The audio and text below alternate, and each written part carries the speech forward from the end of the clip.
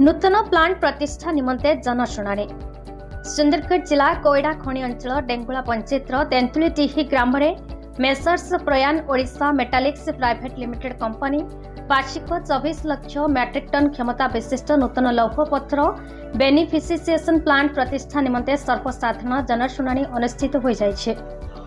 राज्य प्रदूषण नियंत्रण बोर्ड ओडिशा और सुंदरगढ़ जिला प्रशासन यही सर्वसाधारण जनशुणाणी को आयोजन करथिले। एही जनशुणाणी 41 ऊर्ध्व कंपनी सपक्ष मतामत आसीथिबा बेले तेंतुलीडीही ग्राम को पोष्य ग्राम भावे कंपनी ग्रहण करबा, ग्रामर स्कूलटे मुंडा और हो भाषा जानिथिबा शिक्षक नियुक्ति, आलोकीकरण, पक्का रास्ता, हाईमैक्स लाइट, पायखाना, विशुद्ध पानीय जल, पोखरीर पंक उद्धार, नूतन पोखरी खनन, वृक्षरोपण, प्रदूषण को नियंत्रण करने पानी सिंचन, स्वास्थ्य सेवा उच्चमानर आम्बुलांस, ग्रामर समस्त लोकों को सर्वप्रथमे नियुक्तिर सुजोग देवाको ग्रामवासी माने दाबी करथिले। एही सभा को अतिरिक्त जिलापाल अभिमन्यु माझी सभापतित्व करथिबा बेले राउरकेला प्रदूषण नियंत्रण अधिकारी अनुप मल्लिक, बनाई उपजिलापाल अक्षय पिले, कोयडा भारप्राप्त तहसीलदार आशीष कुमार राउत, कोयडा ख जिला परिषद अशोक कुमार नायक, बीजेपी कोयडा मंडल सभापति रामचंद्र पलेई, डेंगुला सरपंच बाबुली मुंडा, बनाईर पूर्वतन विधायक जनार्दन देहुरी, भीमसेन चौधरी, कोयडा थाना अधिकारी मनोरंजन कुमार समेत जनसाधारण उपस्थित थे। सुरक्षा को दृष्टि रखी कोयडा पुलिस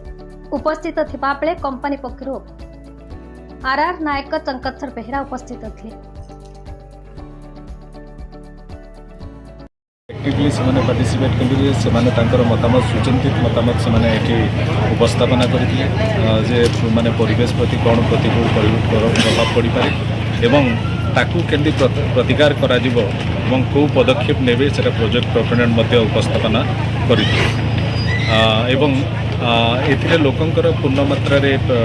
येटा सपोर्ट थिला बा समर्थन थिला प्रोजेक्ट बेनिफिकेशन प्लान पई एवं प्रोजेक्ट प्रोपोनेंट मध्य तांकर जहाँ भी गाइडलाइन अच्छी आपंकर एमओएफ गाइडलाइन अच्छी मतामत एटा करथिले 46 ऊपर से माने भी एठी आसी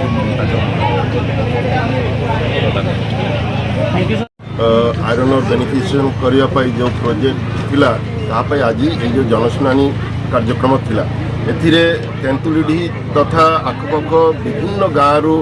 कोयडा अंचल सबू आदिवासी वृंद विभिन्न वर्गर लोक समस्ते पूर्वतन विधायक आरंभ करी वार्ड मेंबर पर्यंत जिला परिषद मेंबर सरपंच समस्त उपस्थित थिले एवं एटा गोटे खुशीर व्यापार जे समस्ते यही प्रस्ताव को सपोर्ट करिसेंती केही कहि नांती जे प्रस्तावटा न हो किंतु ता सहित गोटे मेन जिनिस रखिछंती प्रस्ताव रे जे यही विषादनागार हेले जो वेस्ट वाटर जेनेट हम ताहा जिमती कौनसी प्रकार निकटवर्ती जो कैरोनाला अच्छी से जमी न जाए हाले आखपाख गाँव से नेबे तो यहीटा एवं ता सहित प्लांटेशन करेंगे से गाँव में पीवा पानी जो मुख्यतः समस्या अच्छी से गाँव में स्कूल टीचर से